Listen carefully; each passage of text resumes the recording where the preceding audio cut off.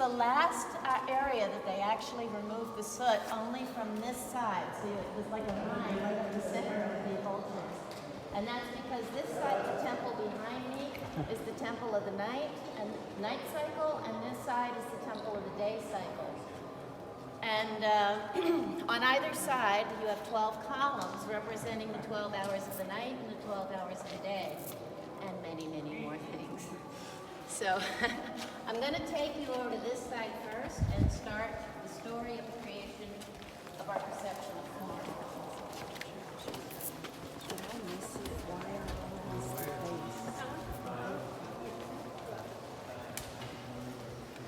Yes.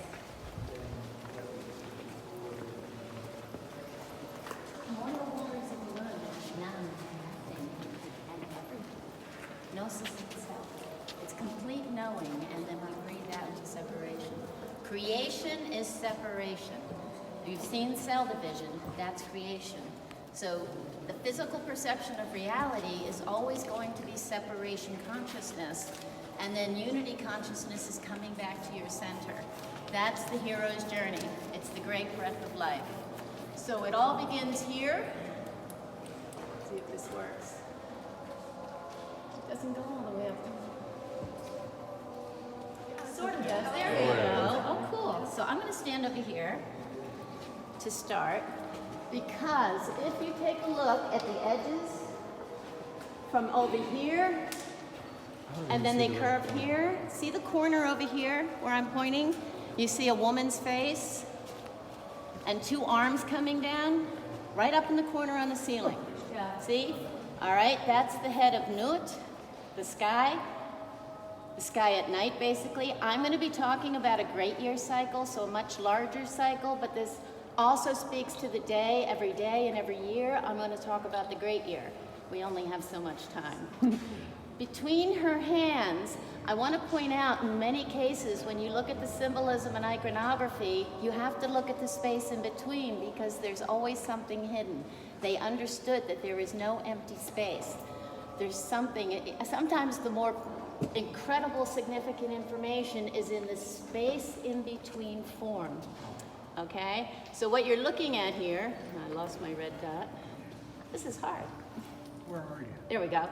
Right here, you're looking at a sycamore tree, and it's buried on an image, a symbol that shows the Akhet. So that's the horizon where heaven, as Nut, meets earth. And out of that grows the sycamore tree. And that becomes a symbol of Nut's hands wherever you see it. It's a symbol of Nut. It's a sacred feminine tree here. And it actually produces figs, and even the twigs produce a milk that is healing, known to be healing, and anti-aging, which is quite interesting. So many of the feminine netters actually embody that same expression, being the fig tree. So back over here. So now we're back in this corner, and you see the feet of Nut. Do you see it? And again, there is another symbol of the Akhet. So here we are on earth, this is the heavens. And you see that she's giving birth to the sun. Well, the whole idea is she gives birth to the sun for the day. You come over here, and you can see that the face of Nut is swallowing the sun. So that's sunset. The sun is set into the other side of the hemisphere, right? So when they talk about the underworld, and this is all over the world globally, they're not talking about hell. They're talking about the southern hemisphere or the northern hemisphere, depending on which hemisphere they're in. This is what they consider the underworld. So when Osiris is mummified, he's actually made that step into the underworld. He is the reflection of the sun, basically is the path of the moon. Okay? So, let's come back to the birth of the sun. You see the sun is giving birth here to, this is the face of Hathor. So what this tells you is the face is the face of form, of physical perception, and this body of Nut is Hathor's hair. And it is the Omega symbol. And that Omega symbol represents the womb that gives birth to the seed of form. Okay? And as she gives birth, you see the face? The face is on the symbol of, look, it's a shrine. And the shrine has black and gray squares on this side, and it has white and very light gray squares on this side, almost blue. This shrine represents, if you've ever heard of the pillars of Boaz and Joachim, this is it. It's duality. We are born into duality, right? The two sides of self. And so this is also known as the symbol of Rostau. And if you've ever heard of Rostau, that is the place of Osiris. They call the Giza Plateau Rostau. It's an interdimensional gateway. It's why I'm pointing it out here, because we are born from the heavens into form on earth. It's all about perception, conscious awareness. And we're born through an interdimensional gate. We're going to see this gate many other ways. I'm going to talk about it in the lecture tonight. This gate's very important. They even say that the Osiris shaft is Rostau, interdimensional gateway. This is the full story. This is the full story. This is it. So, okay, yes, exactly. It can be a false door. Exactly. It's the full story. And there are false doors here. So, and related to Tefnut, who is the Sphinx. So, important information. So the symbols in this structure are telling you about everything we see in Egypt. It's really amazing.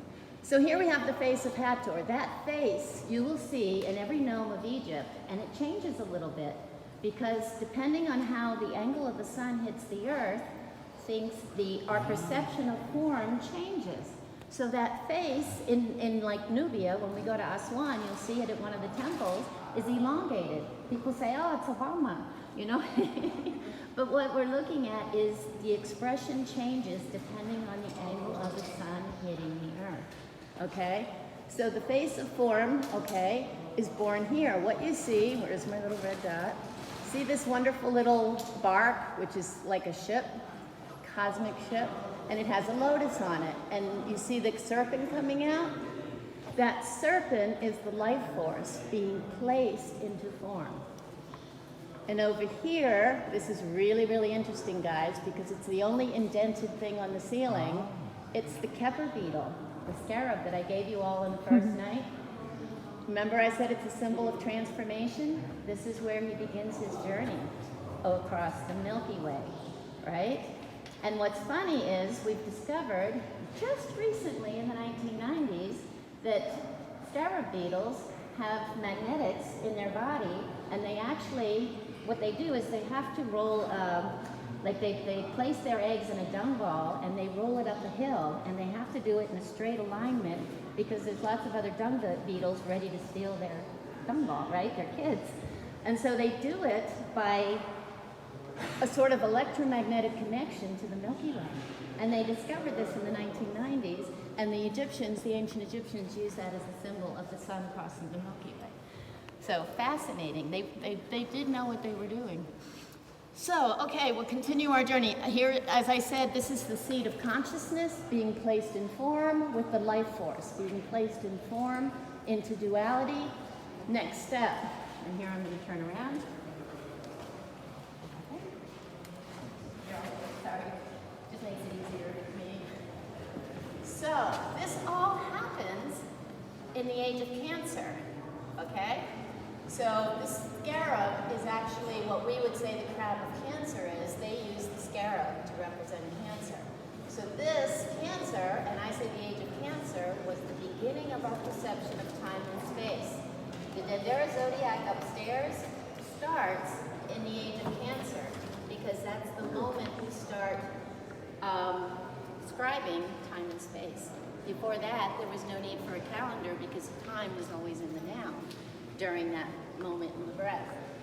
So, our next move, we'll keep going. I'm not going to tell you what all of them mean. When you see females here with stars, they are hours of the day or night. Some of the gentlemen are planets. I can point some of them out. What's really important is, see this figure here? This is Sa. It's first breath, Sa, right? He's also Orion, and he's also Osiris. He's all these things. And he's Horace. See, he's waving back. See, he's waving back because he's starting the hero's journey. And this is Horace, and he's wearing a double crown, and he's sitting on an erect pillar. This is really important. He's representing the place of like noon, shadowless consciousness, that moment of silence when we connect the two hemispheres of the brain. And that's what Osiris is saying goodbye to, that aspect of himself.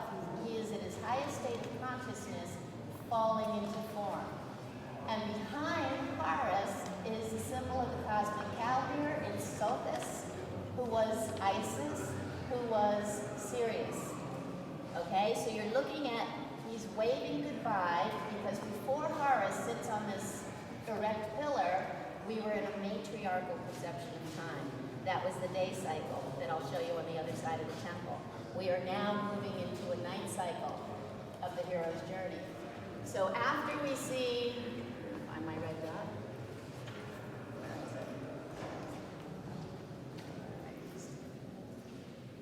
Okay, here we go.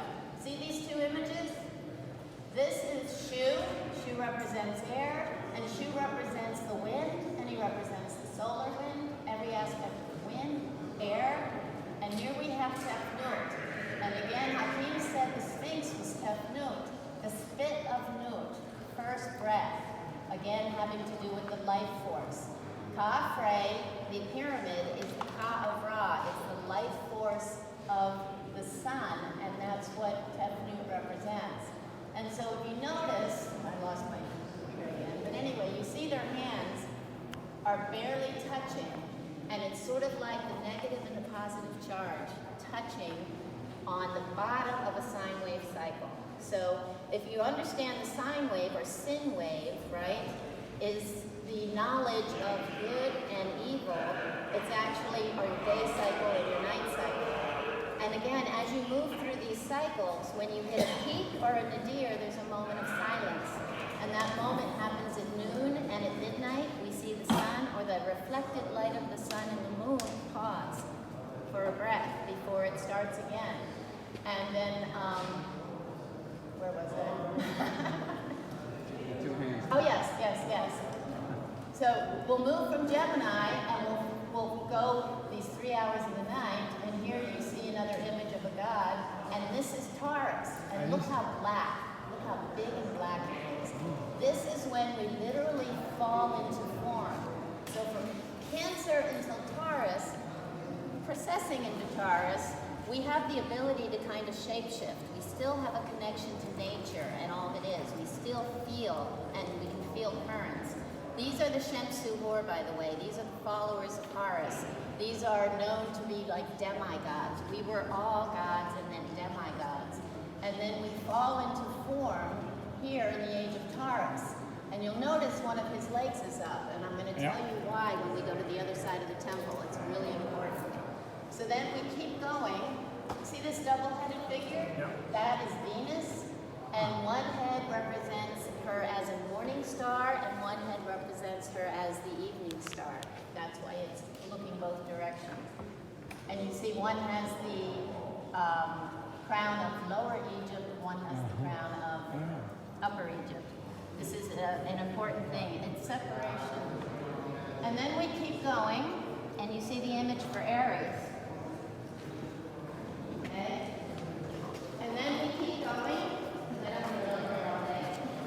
She's like us, and we follow you. And you see here the two fish, and the two fish represent Pisces, obviously, there's a pull between them. And then here's the image of Aquarius. This is where we're at now. Okay? And I've been saying this a lot since we've been here. Do you notice that Aquarius is dumping the liquid from the containers?